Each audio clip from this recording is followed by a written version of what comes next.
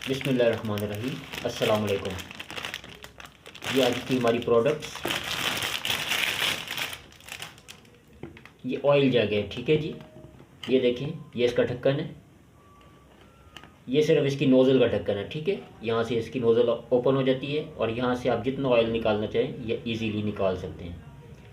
और इसको आप जब इस्तेमाल के बाद इसको बंद कर सकते हैं, ठीक है।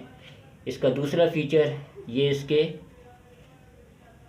यहाँ से 100 ml, 200 ml, 300 ml, 400, 5 इस तरह यहाँ तक 1000 ml तक, यानी कि 1 लीटर ऑयल इसमें इजीली आ जाता है, ठीक है। और ये देखें जी, ये यहाँ से इसका ढक्कन ओपन करने के लिए ये ऐसे इसको ओपन करके, और ये इसमें आप जितना ऑयल डालना हो डाल सकते हैं इजीली। और ऑयल डालने के बाद जितना आपने यूज़ करना है वो भी आप यहाँ से इजीली पता चला सकते हैं कि कितना ऑयल आपने अगर